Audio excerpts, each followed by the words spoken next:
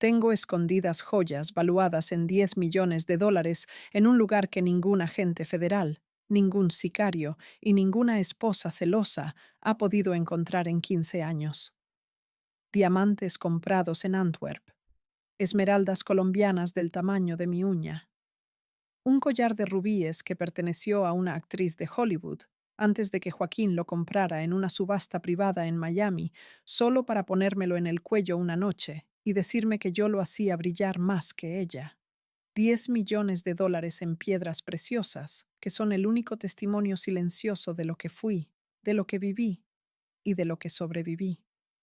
Me llaman la chata, no por mi nariz, sino porque desde chiquita tenía la costumbre de achatar los problemas, de aplanarlos, de negarme a ver las cosas más grandes de lo que yo podía manejar.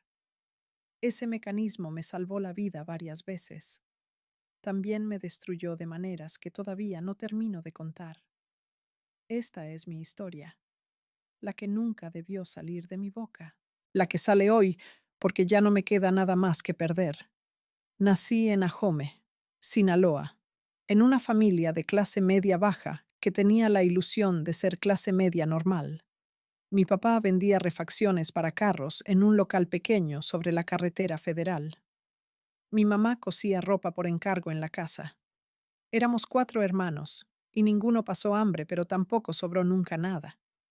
Crecí sabiendo que el dinero era una conversación constante en mi casa, siempre presente, siempre insuficiente, siempre generando tensión entre mis papás cuando creían que nosotros no escuchábamos desde nuestros cuartos.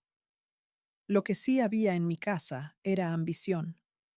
Mi mamá nos repetía cada semana que nosotros éramos mejores que nuestra colonia, que teníamos que estudiar, que teníamos que salir adelante, que el mundo le pertenecía a los que se preparaban. Yo le creí. Estudié bien en la secundaria, luego en la prepa, y a los 18 años me inscribí en la Universidad de Culiacán para estudiar comunicación. Quería ser conductora de noticias. Me imaginaba frente a una cámara, bien vestida, hablando con autoridad sobre los temas del día. Era un sueño completamente ordinario para una muchacha sinaloense que no había salido nunca de su estado. En Culiacán, descubrí dos cosas al mismo tiempo. Primero, que era bonita, de una manera que llamaba la atención. No una belleza de revista, sino algo más práctico, más accesible, más real. Tenía el tipo de cara que le gusta a todo mundo, porque no amenaza a nadie, pero tampoco pasa desapercibida. Segundo, descubrí que Culiacán era una ciudad donde el dinero del narco era tan normal como el oxígeno. Estaba en el aire, en los carros que manejaban algunos compañeros de la universidad, en la ropa de ciertas muchachas, en los restaurantes donde algunos pagaban con billetes que yo no veía en mi casa ni juntando el mes completo de trabajo de mis dos papás. Mi primera conexión real con ese mundo fue a través de una amiga de la universidad que se llamaba Fernanda. Fernanda era hija de un operador mediano del cartel de Sinaloa, no un capo, no alguien famoso, sino uno de esos hombres funcionales que hacen que la maquinaria opere sin que nadie los nombre en los corridos. Fernanda no era mala persona, era generosa, divertida y completamente normalizada en un mundo que para mí todavía era exótico y lejano.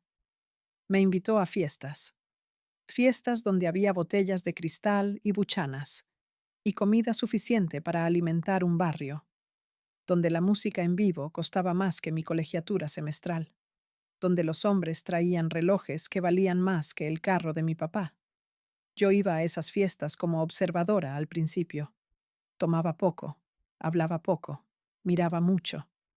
Era el mismo instinto que siempre me había caracterizado: aplanar, observar, no exponerse. Pero la exposición constante a ese mundo fue haciendo su trabajo. Fui acostumbrándome. Fui encontrando normal lo que al principio me parecía excesivo. Y fui sintiendo cada vez más claramente el contraste entre esa vida y la mía, entre esas fiestas y el local de refacciones de mi papá. entre esos relojes y los zapatos viejos que yo remendaba porque no había dinero para comprar nuevos. El momento exacto en que tomé la decisión de cruzar la línea fue una noche de marzo. Tenía 19 años. Estaba en una fiesta en una casa enorme en las afueras de Culiacán. Me había puesto mi mejor vestido, que en comparación con lo que traían las otras muchachas, era claramente el vestido más barato del lugar.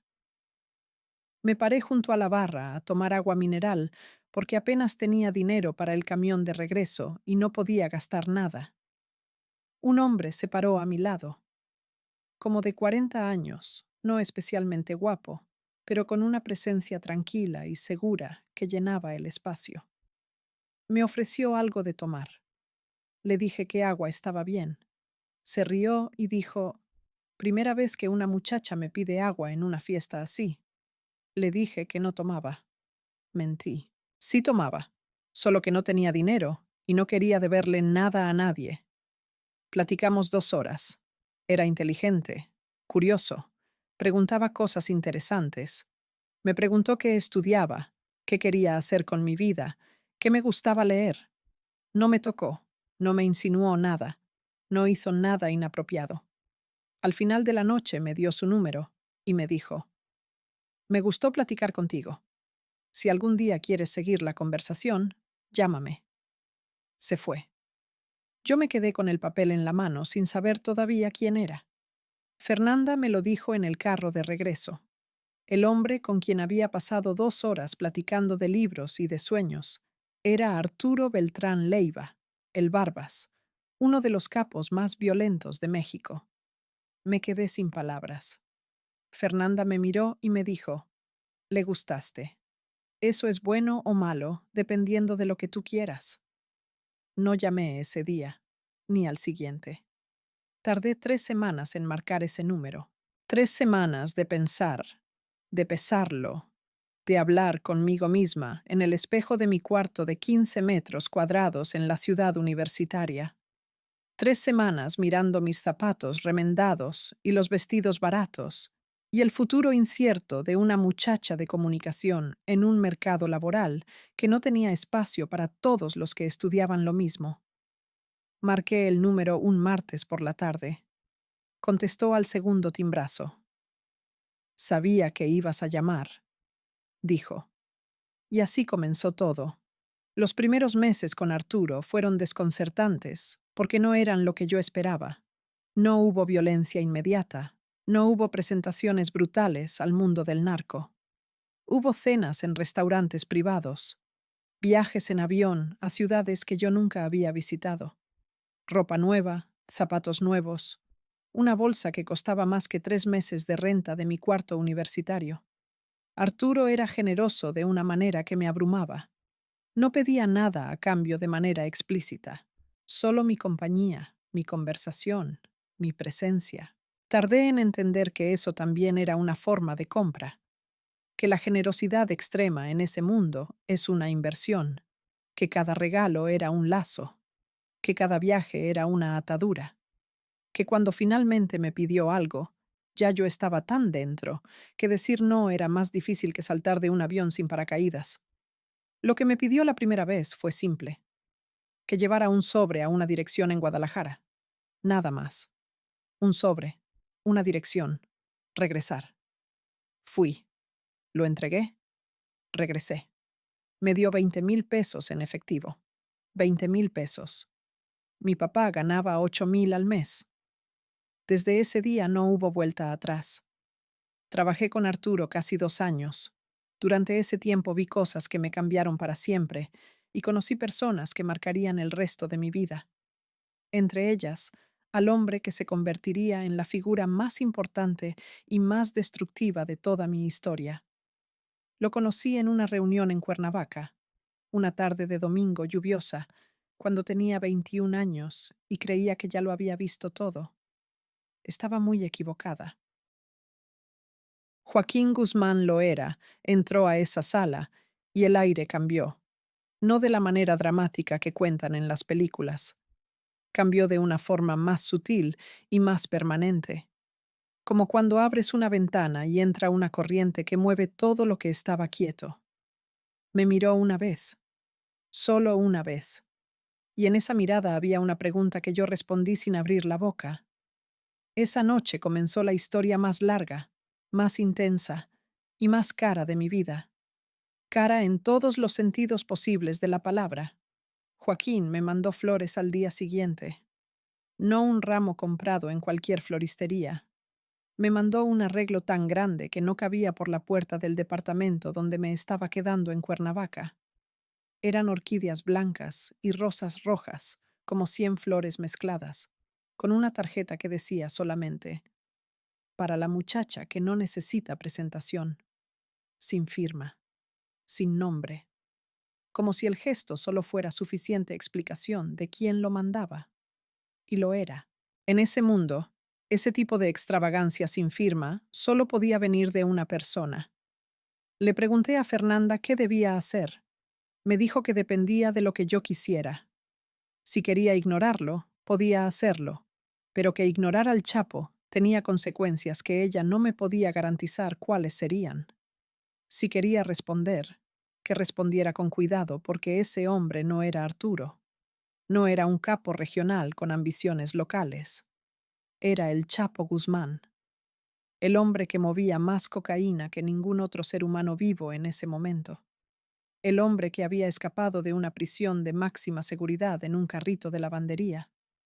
El hombre cuyo nombre pronunciaban los presidentes y los generales con una mezcla de furia y respeto que no le tenían a casi nadie más. Le mandé un mensaje de texto. Solo dije, gracias por las flores. Son demasiadas para un solo cuarto. Me respondió en 3 minutos. Entonces necesitas un cuarto más grande.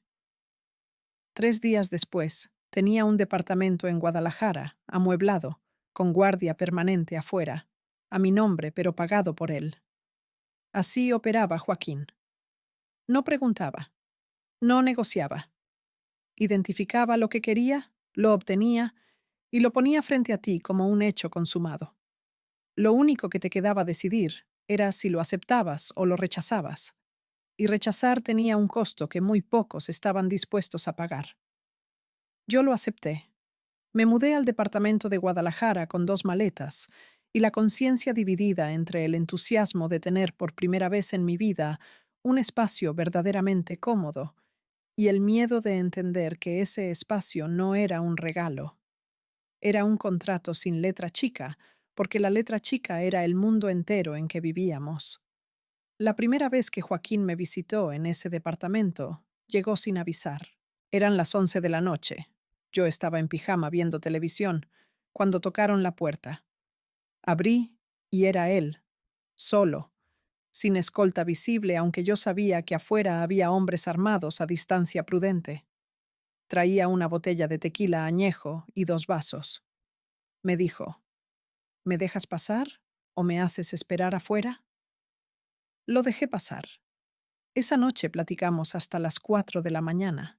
Me habló de su infancia en la sierra de Badiraguato, de cómo había crecido en la pobreza más absoluta, sin zapatos, comiendo lo que daba la tierra, viendo a su familia sobrevivir con una dignidad que él describía con un orgullo mezclado con algo que sonaba casi a vergüenza. Me habló de cómo había entrado al negocio desde adolescente, porque era la única salida real que existía para alguien como él en ese lugar y en esa época. Me habló de sus hijos, de su madre, de los corridos que le gustaban. No me habló de negocios. No me habló de carteles, ni de operaciones, ni de dinero. Me habló de él como persona. Y eso fue lo más peligroso de todo, porque es más fácil mantener distancia emocional de un monstruo que de un hombre. Y Joaquín, esa noche no fue un monstruo. Fue un hombre que había nacido sin opciones y había construido un imperio con las únicas herramientas que el mundo le había dado. Eso no lo justifica. Lo sé ahora mejor que nunca. Pero a los 21 años, sentada frente a ese hombre que me miraba como si yo fuera lo más interesante del cuarto, no estaba pensando en justificaciones. Estaba pensando que nadie me había escuchado así en mucho tiempo. Nos acostamos esa noche. No voy a dar detalles porque hay cosas que no le debo al morbo de nadie. Lo que sí voy a decir es que desde esa noche Joaquín se convirtió en una presencia constante en mi vida, no permanente, porque su vida no permitía la permanencia. Aparecía y desaparecía según sus necesidades y sus movimientos. Podía no verlo 3 semanas y luego tenerlo en mi puerta a medianoche con tequila y ganas de hablar. Esa irregularidad que al principio me desesperaba, la fui aceptando como la naturaleza de lo que éramos. No éramos una pareja normal, porque nada en nuestras vidas era normal. Con Joaquín, el dinero era diferente que con Arturo. Arturo daba dinero como quien paga un servicio. Calculado, funcional, suficiente. Joaquín daba dinero como quien respira, sin pensar, sin medir, con una generosidad que bordeaba lo absurdo. Me mandaba ropa de diseñador que yo no había pedido. Hacía que sus hombres me llevaran comida de restaurantes específicos, aunque estuvieran en otra ciudad. Una vez me mandó un carro nuevo, porque el que yo tenía había fallado en la carretera y él se enteró. No me preguntó qué modelo quería. Mandó una Suburban negra blindada con chofer incluido. Así como quien manda una pizza. Pero las joyas fueron diferentes. Las joyas eran personales de una manera que el dinero y los carros no eran. Empezó con cosas pequeñas. Un par de aretes de diamantes que me puso él mismo una noche después de cenar, como si fuera un acto ritual. Un anillo de esmeralda que me mandó en una cajita de terciopelo verde, con una nota que decía, para que combines. Luego fueron cosas más grandes. Un brazalete de oro con brillantes incrustados, un collar de perlas cultivadas que mandó traer de Japón. Cada pieza venía con una historia que él me contaba. De dónde era, cómo la había conseguido, por qué pensó en mí cuando la vio. Las joyas eran su lenguaje emocional. No era hombre de palabras grandes ni de gestos románticos convencionales, pero cuando quería decir algo que no podía o no sabía decir con palabras, lo decía con piedras preciosas. Y yo aprendí a leer ese lenguaje. Cuando llegaba con algo especialmente valioso, significaba que había pasado algo difícil, que había estado en peligro, que necesitaba sentir que había algo permanente en su vida, que no dependía de cuántos hombres tenía armados a su alrededor. El regalo más grande llegó después de la primera vez que lo recapturaron, en 2014. Antes de entregarse, o más bien antes de que lo agarraran, me mandó a uno de sus hombres de mayor confianza con una maleta pequeña, de viaje, con combinación. El hombre me la entregó en la puerta del departamento y me dijo solo esto. El señor dice que la guardes bien y que no la abras hasta que él te diga. Subí la maleta, la puse en el closet y esperé. Joaquín cayó preso esa noche. No me dijo que la abriera en semanas. Luego fue el altiplano, el aislamiento, las restricciones de comunicación. Pasaron meses. La maleta seguía en mi closet. La tocaba a veces, la movía de lugar, la pesaba con las manos sin abrirla.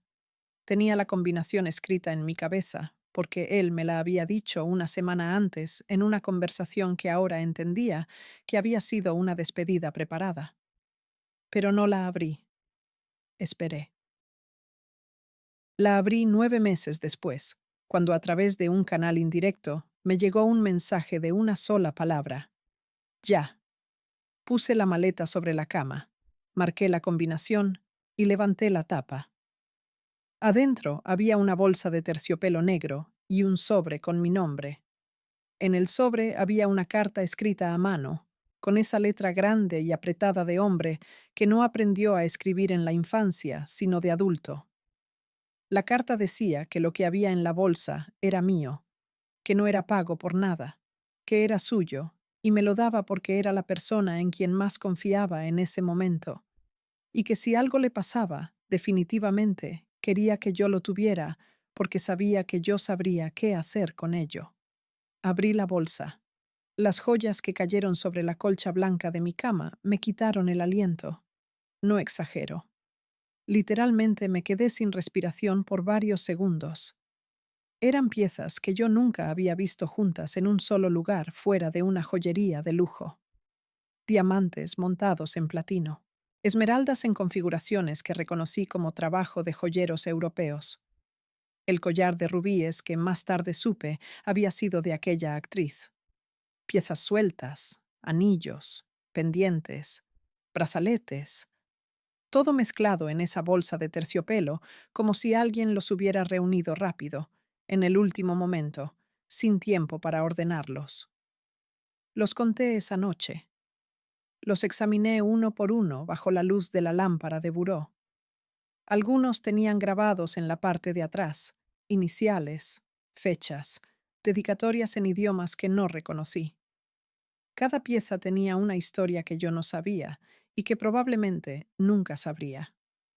Lo que sí supe, lo que era obvio para cualquiera que hubiera visto joyas de ese nivel, era que lo que tenía entre las manos valía una fortuna que ningún registro oficial existente en ninguna parte del mundo me conectaba a mí.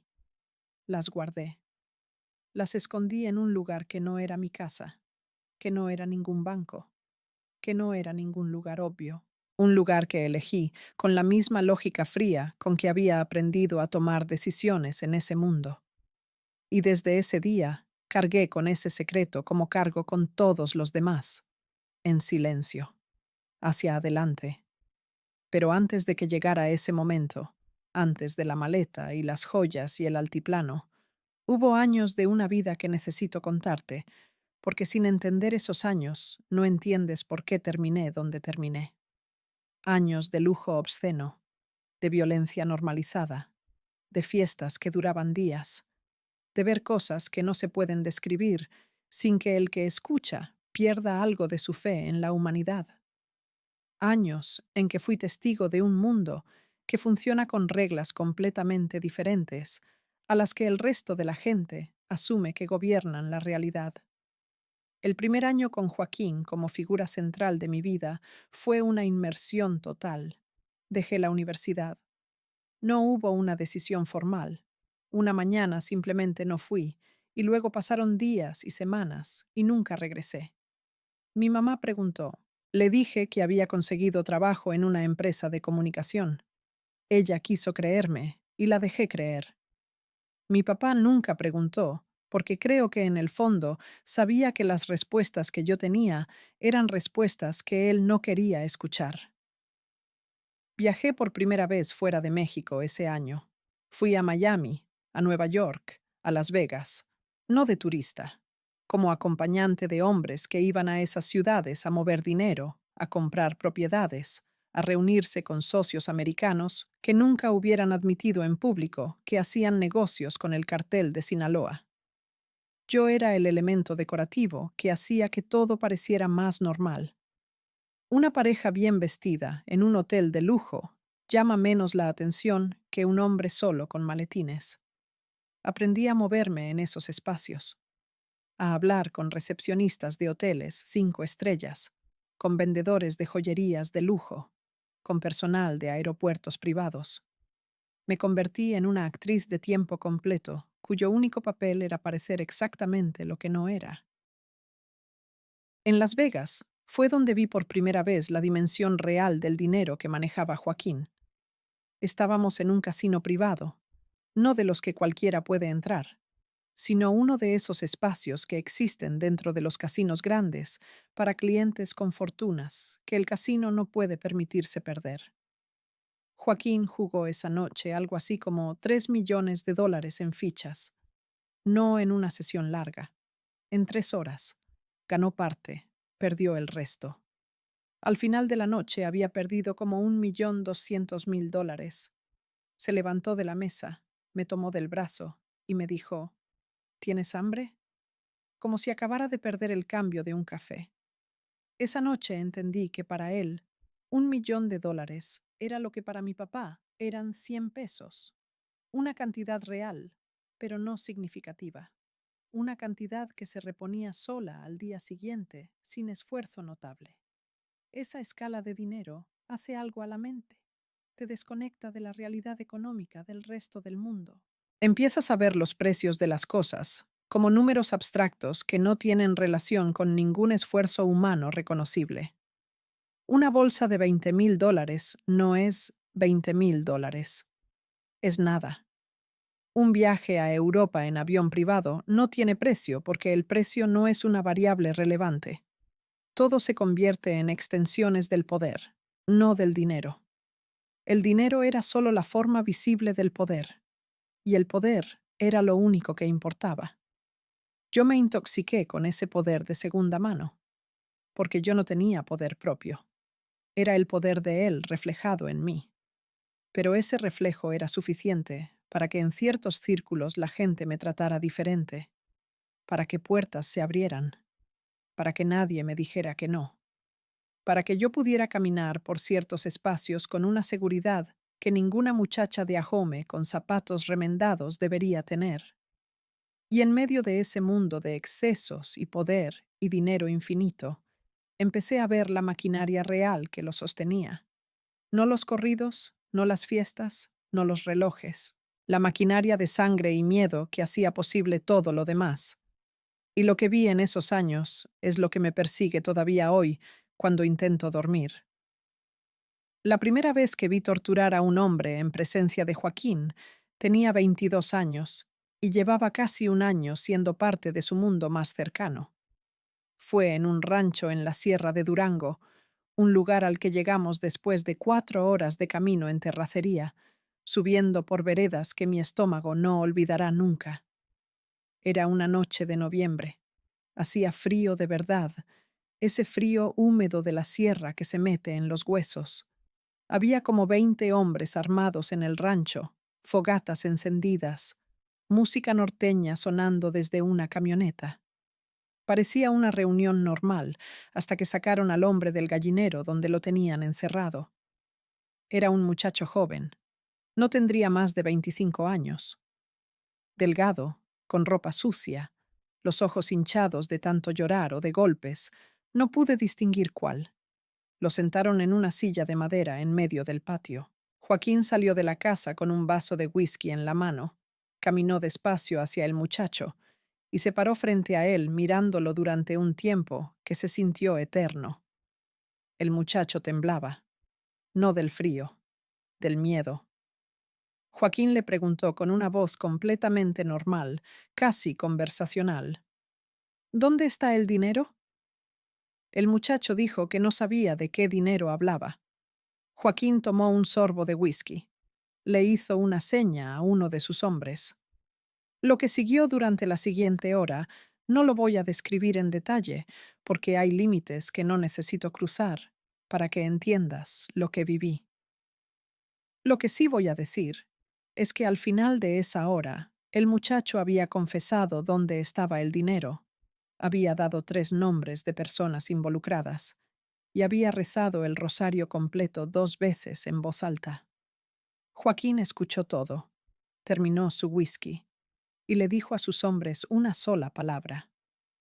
El muchacho murió en esa silla de madera, en ese patio de tierra en la Sierra de Durango. Yo estaba parada a 10 metros de distancia. Nadie me había dicho que fuera a ver eso. Nadie me preparó. Joaquín me miró después y me preguntó si quería entrar a calentar, como si lo que acababa de pasar fuera tan ordinario como cambiar una llanta. Entré a la casa. Me senté junto a la estufa de leña. No vomité, no lloré, no grité.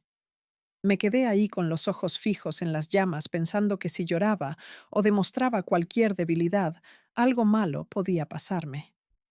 Que en ese mundo, la debilidad visible era una invitación. Joaquín entró 20 minutos después. Se sentó a mi lado. Me puso una mano en la rodilla y me dijo algo que me ha acompañado desde ese día. Este negocio tiene un precio. El que no puede pagar ese precio no tiene nada que hacer aquí. Tú ya lo pagaste esta noche. Ya no te va a costar tanto la próxima vez. Tenía razón en la parte más horrible. La siguiente vez costó menos. Y la siguiente menos todavía. Hasta que llegó un punto donde vi esas cosas con la misma neutralidad con que Joaquín terminaba su whisky. Y ese punto Fue cuando supe que me había convertido en algo que no reconocía. Durante los años que pasé cerca de Joaquín, fui testigo de un mundo que funcionaba con una lógica propia completamente desconectada de cualquier ley o moral convencional. Las fiestas eran legendarias, no las fiestas que salen en las noticias, donde encuentran botellas caras y gente armada. Las fiestas reales, las que nunca salían en ningún lado porque nadie que estuviera ahí tenía interés en que salieran. Una vez, en una hacienda en Jalisco, hubo una celebración que duró 4 días seguidos, 4 días de música en vivo, comida sin fin, alcohol y otras cosas que fluían como agua. Había políticos de nivel federal, no voy a decir nombres, aunque los recuerdo perfectamente. Había empresarios conocidos, de esos que salen en las listas de los más ricos de México. Había actores, no de los grandes, sino del segundo escalón, los que necesitan conexiones para subir, y no son muy exigentes sobre de qué tipo son esas conexiones. Había militares de alto rango que llegaban sin uniforme, pero que todos sabíamos quiénes eran. En esa fiesta vi algo que me marcó de una manera diferente a la violencia. Vi la corrupción en su forma más pura y más desnuda. Vi a un secretario de Estado sentado en una mesa con Joaquín, negociando abiertamente, sin código, sin eufemismos. ¿Cuánto costaría que cierta operación de la PESH-R se desviara de cierta dirección? Vi los números escritos en una servilleta. Vi la servilleta pasar de una mano a la otra. Vi al secretario doblarla y meterla en el bolsillo de su saco de $1000 con la misma naturalidad con que uno mete el ticket del estacionamiento. Vi al hijo de un gobernador, un muchacho de unos 30 años que había estudiado en Estados Unidos y que hablaba inglés perfecto, meterse cocaína en el baño de la hacienda y luego regresar a la mesa a hablar de políticas de seguridad pública como si nada. Vi a una cantante famosa, de esas que en ese entonces sonaban en todas las estaciones de radio del país, sentada en las piernas de uno de los lugartenientes de Joaquín, cantándole al oído las mismas canciones que cantaba en sus conciertos para 50,000 personas que creían que ella era una artista independiente y limpia. El mundo real y el mundo del narco no eran dos mundos separados, eran el mismo mundo con dos caras: la cara pública, limpia, institucional, que salía en las noticias y en los actos oficiales, y la cara privada, que era donde se tomaban las decisiones reales, donde se movía el dinero real, donde los hombres con poder real se sentaban a negociar sin la incomodidad de tener que fingir.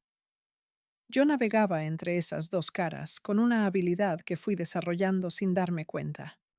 Sabía cuándo estaba en la cara pública de alguien y cuándo estaba en la privada. Sabía cómo comportarme en cada contexto. Sabía qué preguntar, qué no preguntar, qué recordar, qué fingir que había olvidado. Me convertí en una repositora de secretos que nadie me había pedido que guardara, pero que yo guardaba de todas formas, por instinto de supervivencia. Uno de los momentos más extraños de esa época fue una noche en Mazatlán, donde Joaquín me llevó a cenar a un restaurante de mariscos sobre el malecón, un lugar público, normal, donde la gente común cena los fines de semana. Pero en la mesa de junto estaba sentado un general del ejército mexicano con su familia, esposa, 2 hijos adolescentes, suegra, una escena completamente ordinaria de familia de clase media cenando en su día libre. Joaquín lo vio, el general lo vio, y ambos se saludaron con un movimiento de cabeza casi imperceptible. No se hablaron, no se acercaron.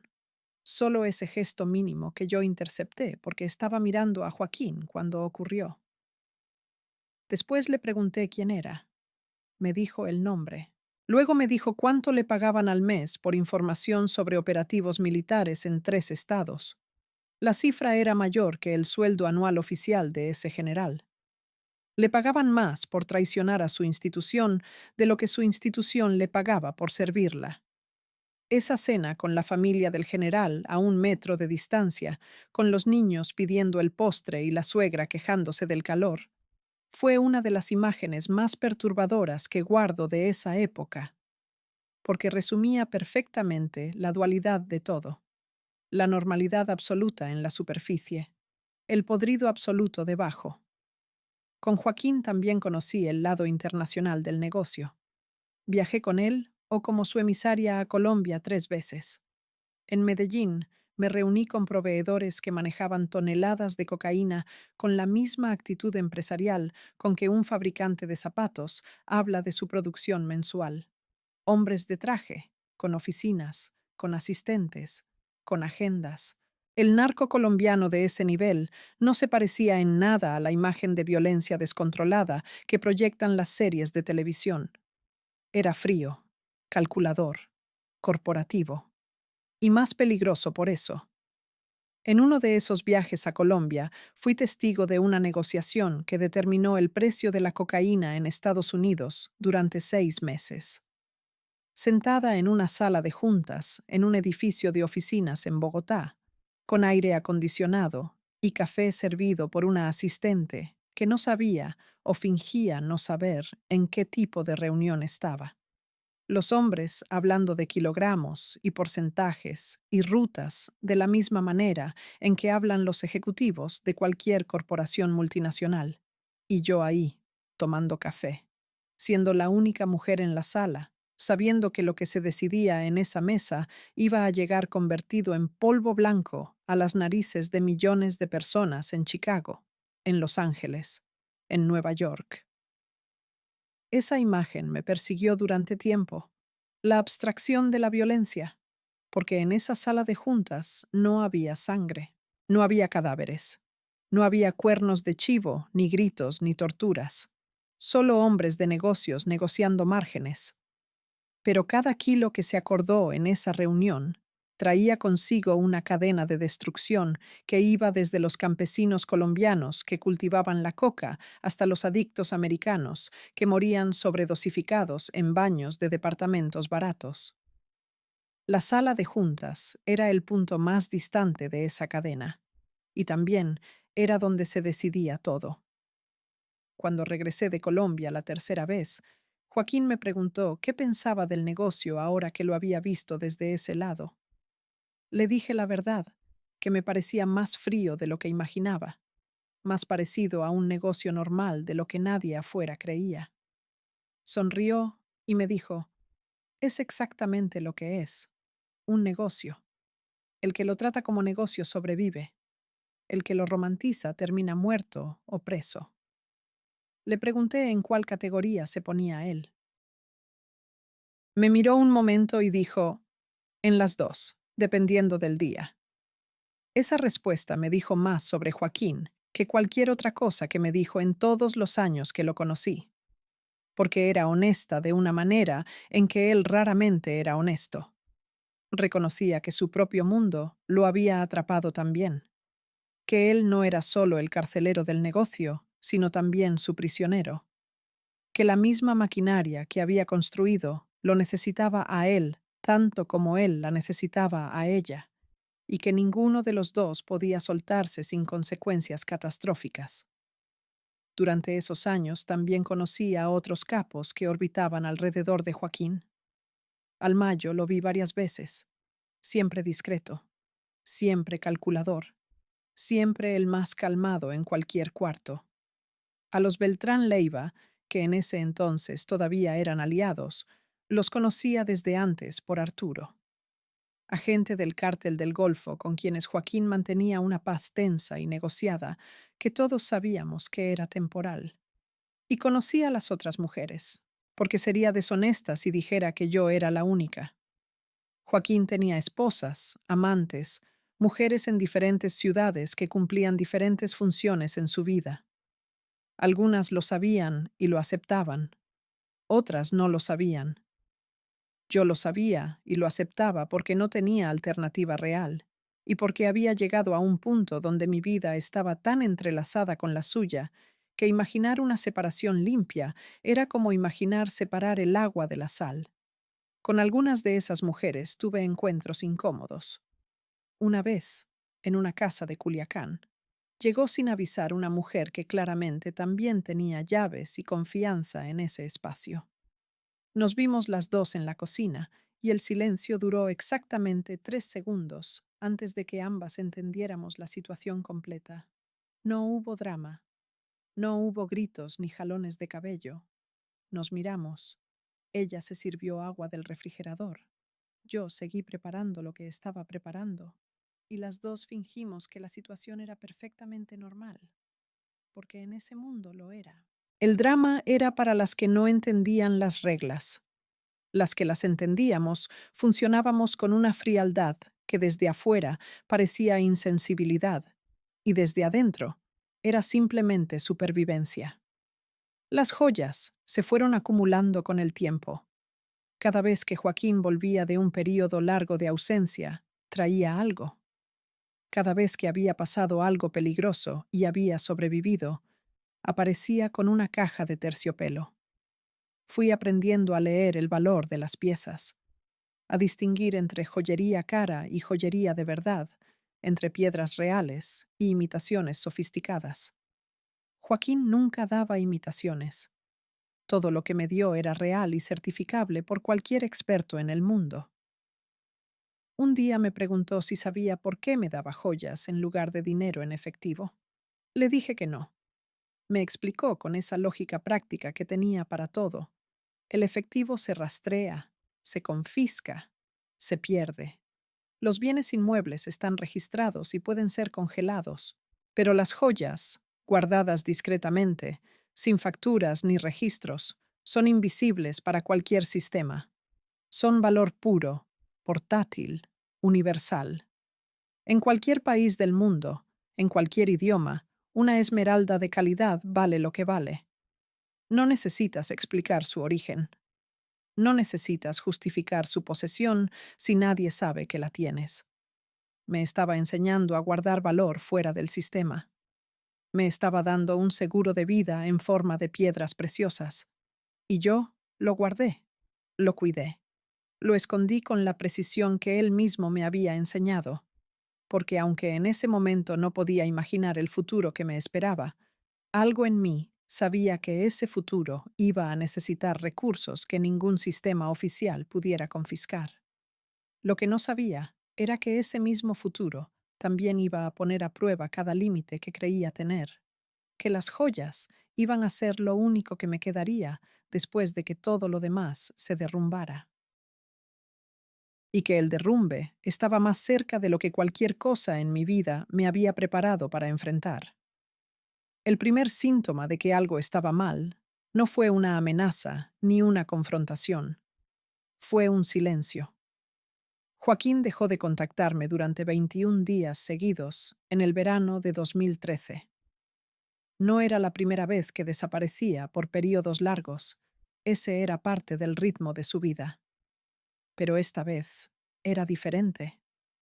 Diferente, porque los hombres que normalmente me mantenían informada de sus movimientos generales también dejaron de llamar. Diferente, porque cuando intenté contactar a personas de su círculo, me encontraba con respuestas evasivas, con excusas delgadas, con el tipo de silencio organizado que solo existe cuando alguien ha dado instrucciones específicas de no hablar. Viví esos 21 días con una ansiedad que intenté controlar con rutinas. Me levantaba temprano, hacía ejercicio, leía, veía películas, cocinaba. Me obligaba a hacer cosas normales para no dejar que la mente se me fuera a los peores escenarios. Pero los peores escenarios llegaban de todas formas a las 3 de la mañana, cuando el departamento estaba completamente silencioso y el único sonido era mi propio pensamiento. Estaba muerto. ¿Lo habían agarrado? ¿Había decidido que yo era un problema que necesitaba resolver? Esa última posibilidad era la que más miedo me daba, porque en ese mundo, resolver un problema y desaparecer a una persona eran a veces la misma operación. Al día 22 llegó uno de sus hombres, no Joaquín, uno de sus operadores de confianza. un hombre al que yo conocía hace años y al que llamaré el señor R, porque su nombre real no importa, y mencionarlo podría costarle la vida a personas que no tienen nada que ver con esta historia. El señor R llegó al departamento, se sentó en la sala, aceptó el café que le ofrecí y me dijo sin rodeos: el señor está bien, está ocupado con un problema que no tiene que ver contigo, pero necesita que hagas algo. Lo que necesitaba Joaquín era que yo viajara a Ciudad de México y recogiera una maleta de un contacto en la colonia Polanco. Una maleta, una dirección, regresar. El trabajo más viejo del mundo en ese negocio, el mismo que había hecho la primera vez con Arturo años antes. Le dije que sí. El señor R me dio una dirección, un número de teléfono para confirmar llegada y un sobre con dinero en efectivo para gastos. Luego se fue. Así, sin más explicación sobre los 21 días de silencio, sin mensaje personal de Joaquín, sin ninguna de las consideraciones que caracterizan el trato de un hombre hacia alguien que le importa.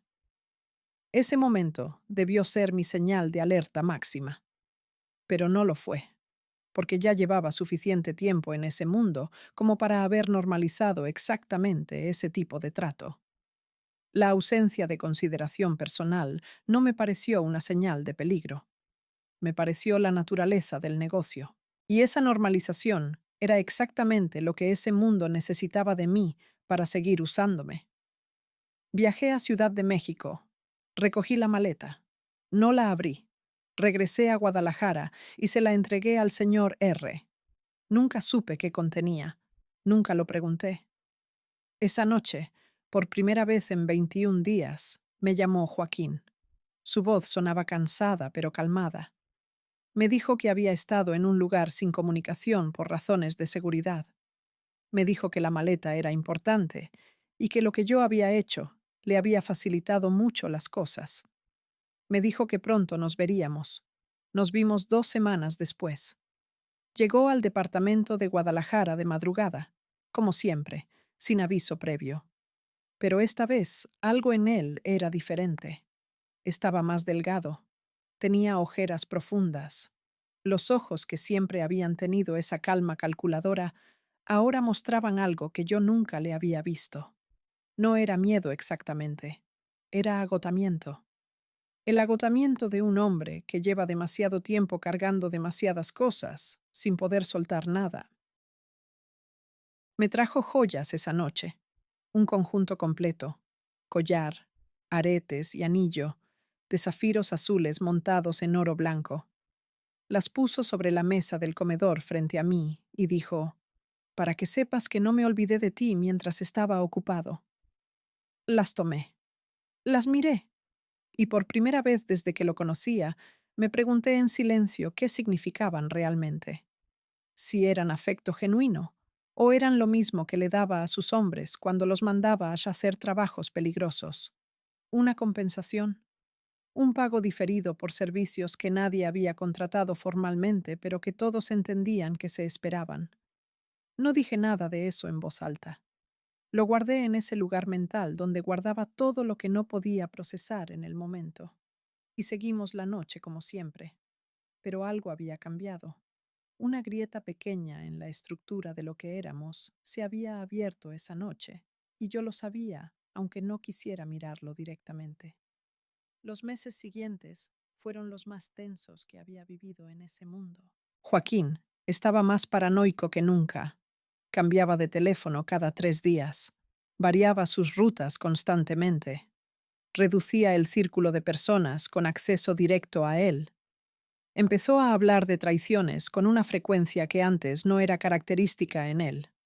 Me decía que alguien cerca de él estaba filtrando información, que había operativos militares demasiado precisos para ser coincidencia, que alguien sabía cosas que solo podían saber personas de su confianza más íntima. Esa paranoia me contagió. Empecé a revisar mi propio entorno con ojos nuevos, a preguntarme quién me vigilaba, quién me reportaba, quién en mi vida cotidiana podía ser un ojo ajeno. Cambié de celular. Cambié mis rutas habituales. Dejé de frecuentar lugares que había visitado regularmente. Me volví una versión más pequeña y más invisible de mí misma por instinto de supervivencia. Fue en ese estado de paranoia compartida cuando cometí el error más costoso de mi vida. No fue un error dramático. No fue una traición deliberada ni una decisión tomada con maldad. Fue una noche de descuido, de cansancio, de un momento en que bajé la guardia porque llevaba meses teniéndola alta y el cuerpo y la mente tienen un límite. Estaba en una cena en Guadalajara, una reunión pequeña con personas del círculo de confianza de Joaquín.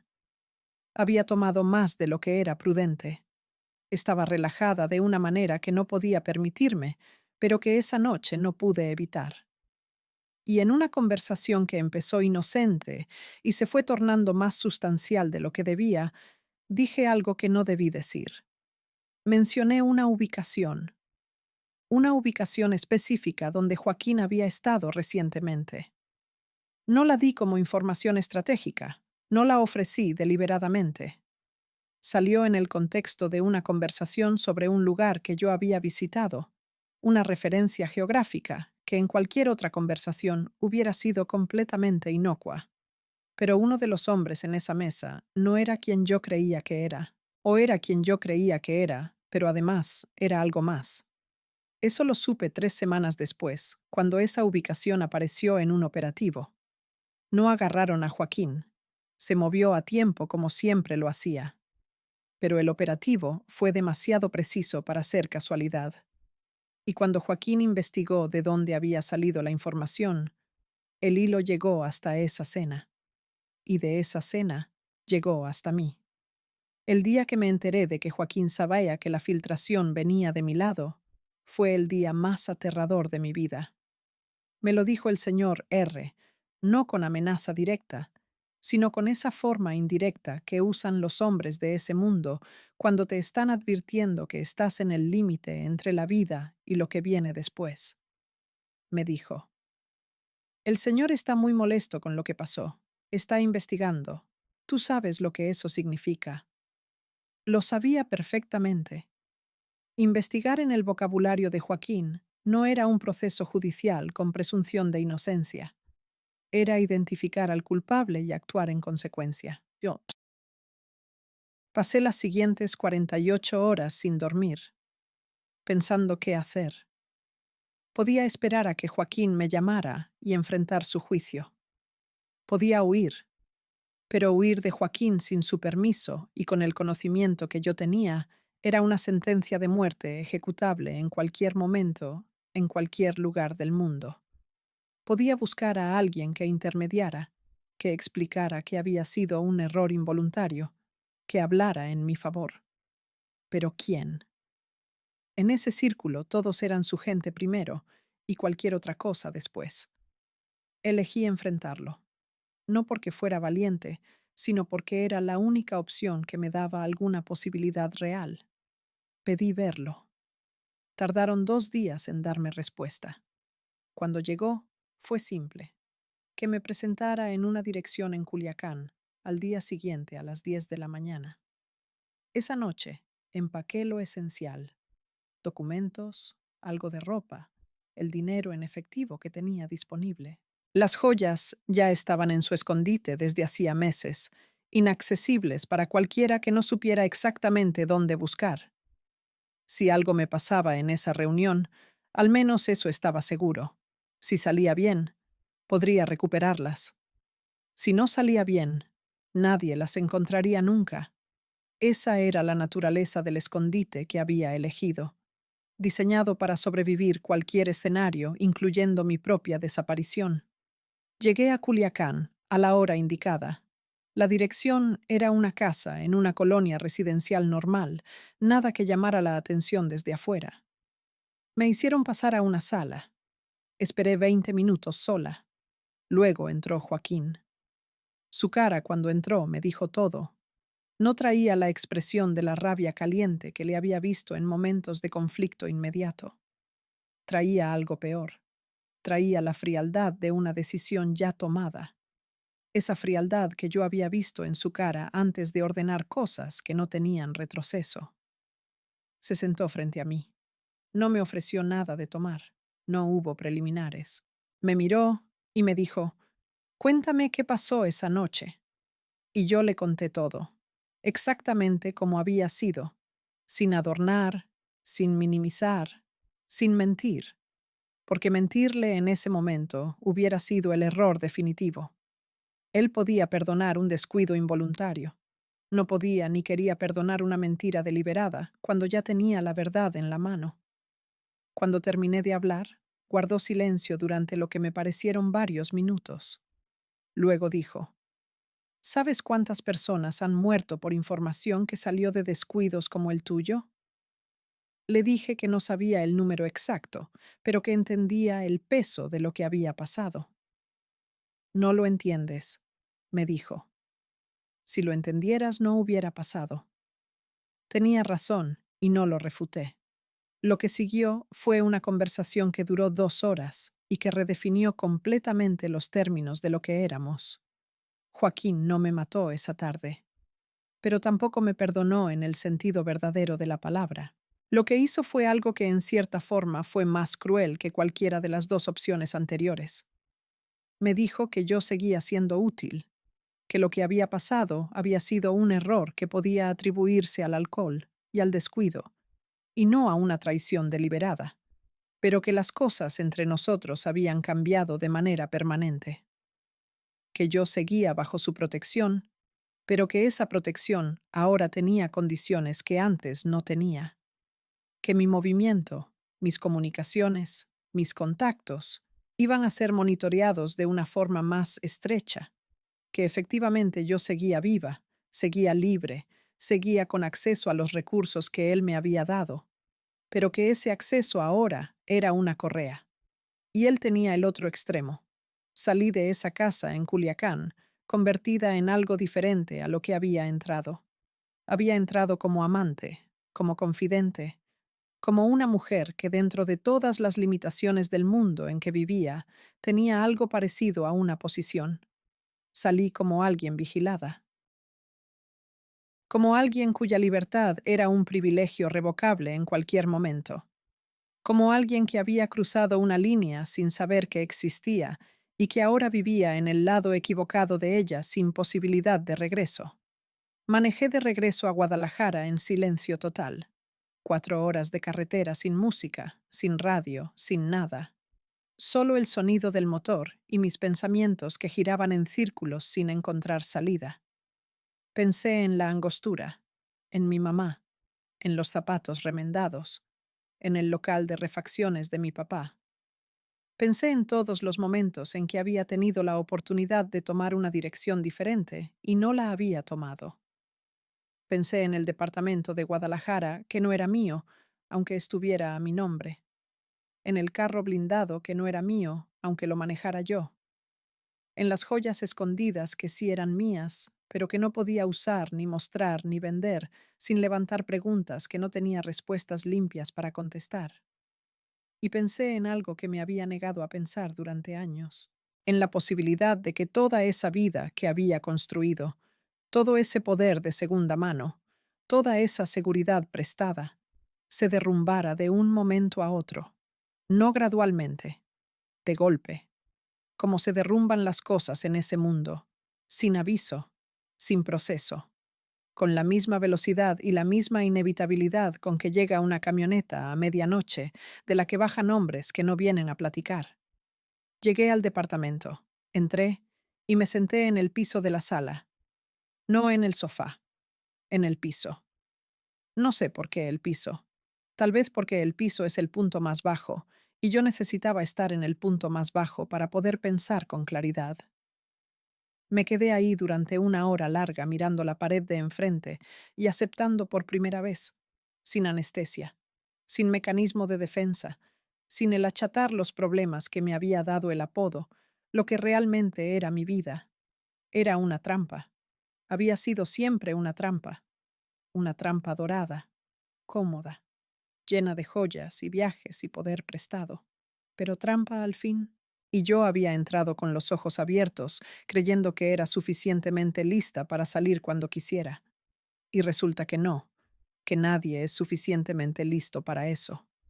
Que las trampas doradas son las más efectivas precisamente porque no parecen trampas hasta que ya llevas años adentro y las paredes se han cerrado sin que te hayas dado cuenta. Lo que no sabía esa noche, sentada en el piso de mi sala en Guadalajara, era que el derrumbe que temía ya había comenzado, que las paredes ya se estaban moviendo, que en menos de un año todo lo que conocía como mi vida iba a desaparecer de maneras que ni en mis peores pesadillas de esa noche hubiera podido imaginar con precisión.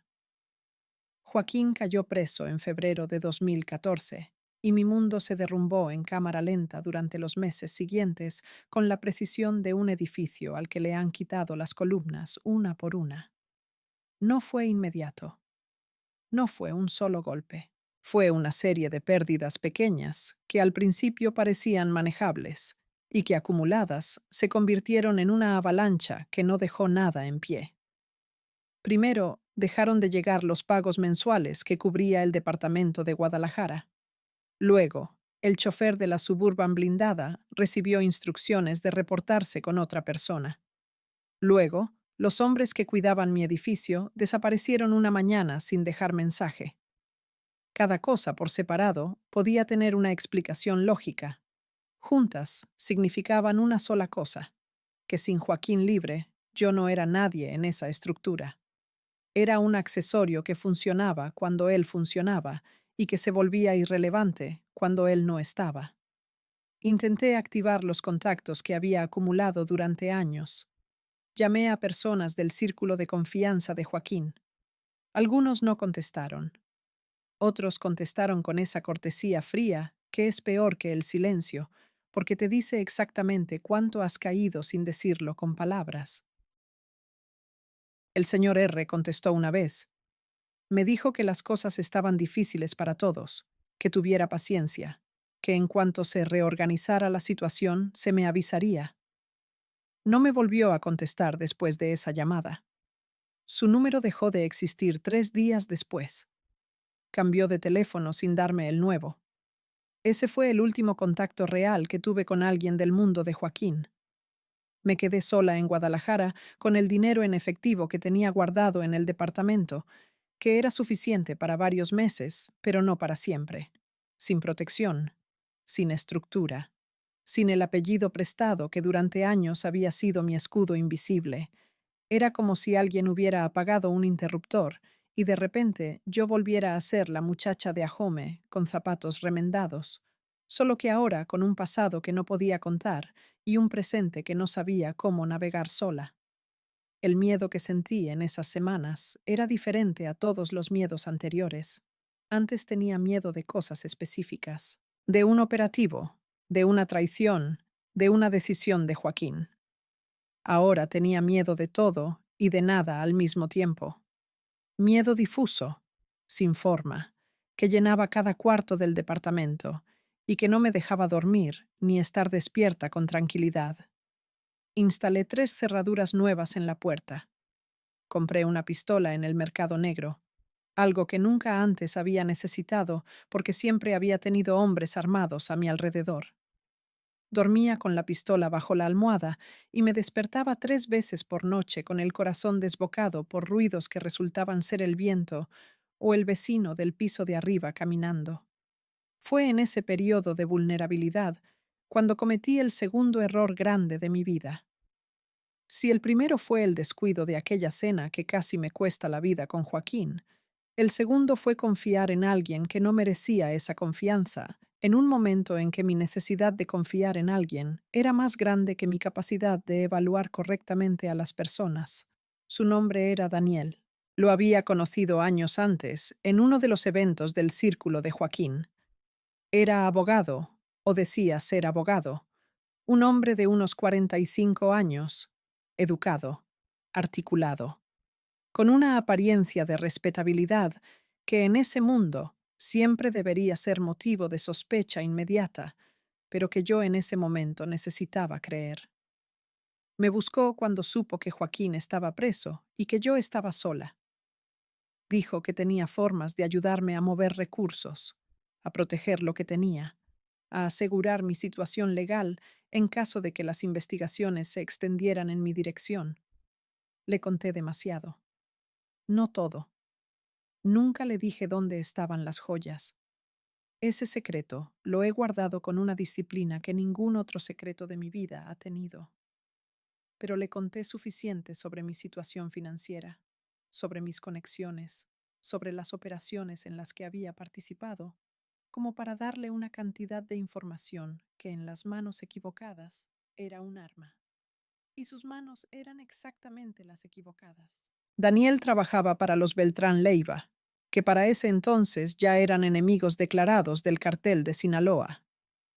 Había roto con Arturo años antes, cuando las alianzas se reorganizaron, pero los Beltrán Leiva seguían activos y seguían teniendo interés en información sobre las operaciones de Joaquín y las personas cercanas a él. Yo era exactamente el tipo de fuente que necesitaban, alguien que sabía mucho, que estaba vulnerable y que en su necesidad de encontrar apoyo podía ser manipulada para hablar. No sé en qué momento Daniel comenzó a pasarle información sobre mí a los Beltrán Leiva. No sé exactamente qué les dijo ni cuánto. Lo que sé es que un martes de octubre me llegó una advertencia que no podía ignorar. No fue un mensaje de texto ni una llamada. Fue una foto enviada a mi celular desde un número desconocido. La foto era de mi mamá saliendo del supermercado en Ahome, tomada ese mismo día, a esa misma hora, con una claridad que demostraba que el fotógrafo estaba muy cerca. Sin mensaje adjunto, sin amenaza explícita, solo la foto. La amenaza más elocuente que existe es la que no necesita palabras. Llamé a mi mamá inmediatamente. Contestó normal, sin saber nada, contándome que había comprado mangos porque estaban baratos. La escuché hablar de mangos con el corazón partiéndoseme en pedazos. Le dije que la quería mucho. Le dije que cuidara la casa. No le dije nada más, porque no podía decirle la verdad sin destruirle lo que quedaba de su tranquilidad. Después de colgar, tomé decisiones en el orden en que necesitaban tomarse. Primero llamé a un contacto que tenía en Ahome, un hombre que no era del narco, pero que conocía esos mundos y que me debía un favor que no había cobrado todavía. Le pedí que pusiera ojos en mi mamá y mis hermanos sin que ellos lo supieran, que me reportara cualquier cosa inusual. Me dijo que sí. Segundo, empaqué todo lo que podía cargar en 2 maletas y salí del departamento de Guadalajara esa misma noche. Nunca volví. Pasé los siguientes 3 meses moviéndome entre ciudades: Monterrey, Tijuana, Hermosillo, Mexicali, usando el efectivo que tenía, hospedándome en hoteles medianos que no pedían demasiadas preguntas, cambiando de ciudad antes de que alguien pudiera rastrear un patrón. Era una vida de fantasma, sin nombre real, sin tarjetas de crédito, sin celular fijo. Compraba teléfonos desechables y los tiraba cada semana. Durante esos meses, también estuve monitoreando las noticias de cerca. Seguí el juicio de Joaquín en Estados Unidos desde lejos, leyendo cada reporte en los periódicos, reconociendo nombres y situaciones en los testimonios que coincidían con cosas que yo había vivido desde adentro. Era una experiencia extraña. Ver tu propia vida narrada en tercera persona en un tribunal federal americano. Ver eventos que yo había presenciado descritos con la frialdad aséptica del lenguaje legal. Ver nombres de personas que había conocido en cenas y fiestas convertidos en testigos de cargo o en víctimas enumeradas en acusaciones formales. El juicio terminó con la condena de Joaquín en febrero de 2019. Cadena perpetua. Cuando leí el veredicto en la pantalla de un celular desechable en un cuarto de hotel en Tijuana, no sentí nada inmediato. El sentimiento llegó horas después, de madrugada, cuando estaba intentando dormir. Una tristeza que no era exactamente por él ni por mí, sino por todo. por la acumulación de años y decisiones y consecuencias que habían llevado a ese resultado, por la muchacha de Ahome, que quería ser conductora de noticias y que terminó leyendo las noticias sobre el hombre cuyas joyas guardaba escondidas en un lugar que nadie más conocía. La vida en la clandestinidad tiene un costo físico que nadie te advierte. Bajé casi 12 kilos en esos meses. No porque no comiera, sino porque el estrés crónico consume el cuerpo desde adentro. Empecé a tener migrañas que duraban días. Se me caía el cabello. Tenía los nervios tan alterados que a veces me temblaban las manos sin razón aparente.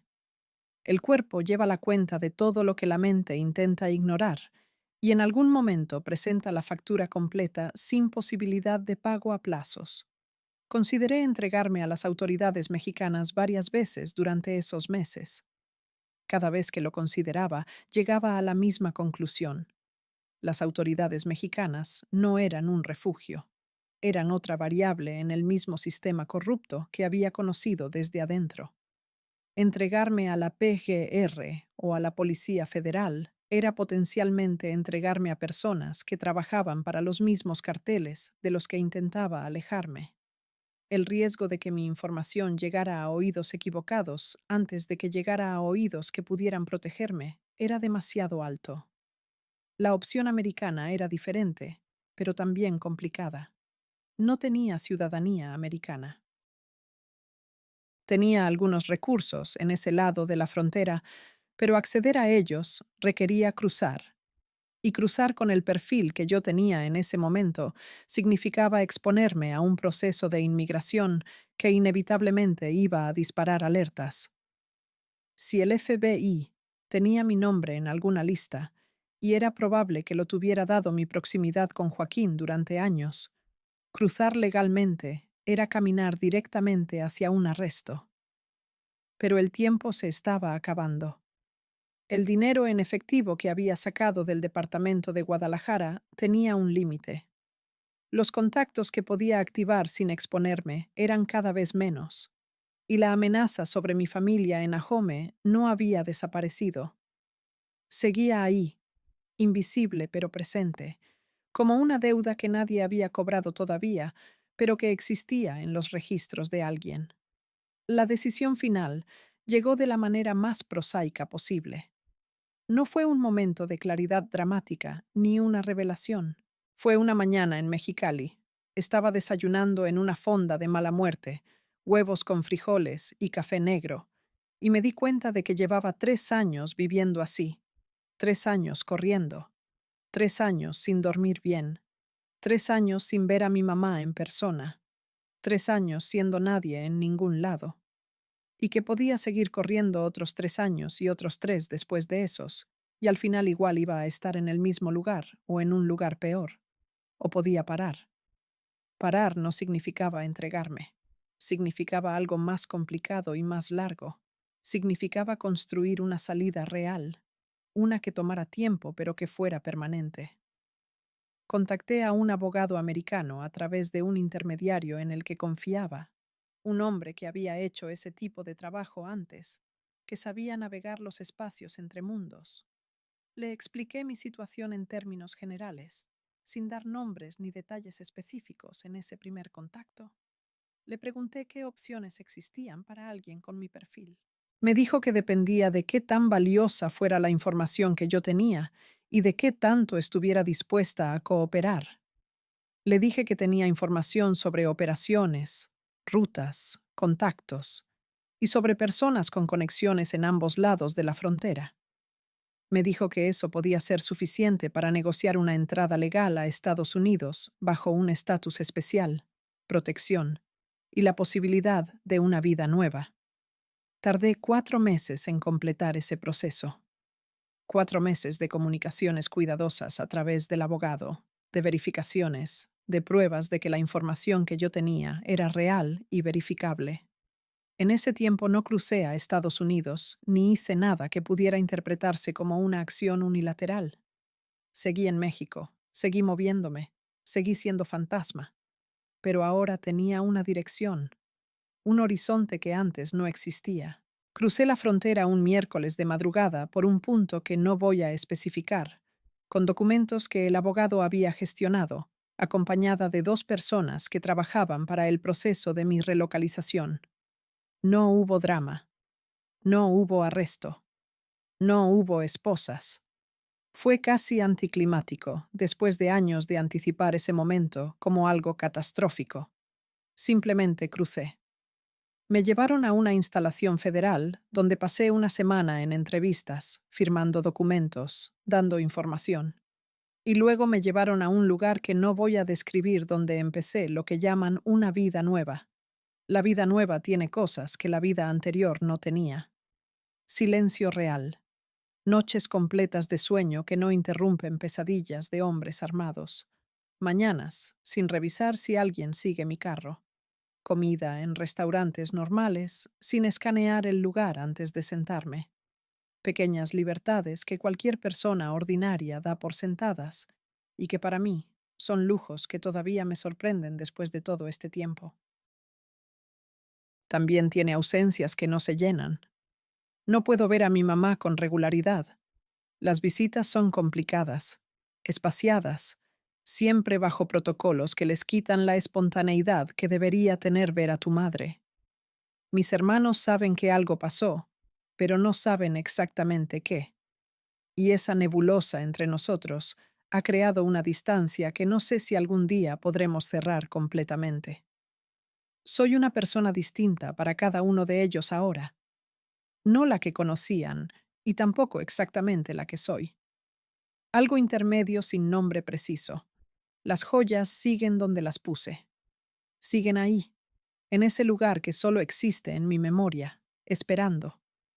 No las he tocado desde que crucé la frontera, no porque no pueda acceder a ellas eventualmente, sino porque hacerlo requiere movimientos que todavía no es el momento de hacer. Las joyas son mi última reserva, el último recurso que nadie ha confiscado, que ningún gobierno ha congelado, que ningún cartel ha encontrado. 10 millones de dólares en piedras preciosas que son simultáneamente mi seguridad y mi condena. Porque mientras existan, tengo algo que proteger, y proteger algo en ese mundo siempre tiene un costo. A veces pienso en el collar de rubíes que Joaquín me dijo que había pertenecido a aquella actriz. Me pregunto si ella supo alguna vez en qué manos terminó, si en alguna subasta elegante, firmando los papeles de la venta, imaginó que esa pieza iba a terminar en una bolsa de terciopelo negro en el fondo de un escondite que ningún agente federal ha encontrado. Probablemente no. La mayoría de las personas no imagina los viajes que hacen las cosas que pasan por sus manos. Yo sí imagino esos viajes ahora. Tengo tiempo para imaginar. Tiempo que antes no existía, porque la vida que llevaba no permitía detenerse a pensar en nada que no fuera inmediatamente urgente. Ahora pienso en todo, en los atajos que tomé creyendo que eran caminos cortos y que resultaron ser laberintos, en las personas que conocí y que ya no están, muertas o presas o desaparecidas en ese vasto silencio que es el destino más común de la gente que vive demasiado tiempo en ese mundo. En lo que hubiera pasado si aquella noche en la fonda de Mexicali hubiera decidido seguir corriendo en lugar de parar. No tengo respuesta a esa pregunta. Tal vez hubiera salido de otra manera. Tal vez hubiera terminado como termina la mayoría. No lo sé, y no sirve de nada saberlo, porque el pasado no tiene palanca de reversa. Lo que sí sé es esto. Las joyas son reales. Los 10 millones de dólares son reales. Y ninguna esposa, ningún agente federal, ningún cartel, ningún gobierno las ha encontrado ni las va a encontrar, mientras yo no decida que es el momento de usarlas. Ese es el único poder que me queda de todo lo que tuve. Un poder silencioso, invisible, guardado en un lugar que solo existe en mi cabeza. Es poco. Comparado con lo que fue mi vida en su momento más alto, es casi nada, pero es mío, completamente mío. Sin correa, sin condiciones, sin el otro extremo en las manos de nadie más. Y en el mundo del que vengo, terminar con algo que es tuyo de verdad no es un fracaso. Es el mejor resultado al que podías aspirar. Laura Zúñiga, La Chata. Esta fue mi confesión. Guárdenla bien porque no la voy a repetir.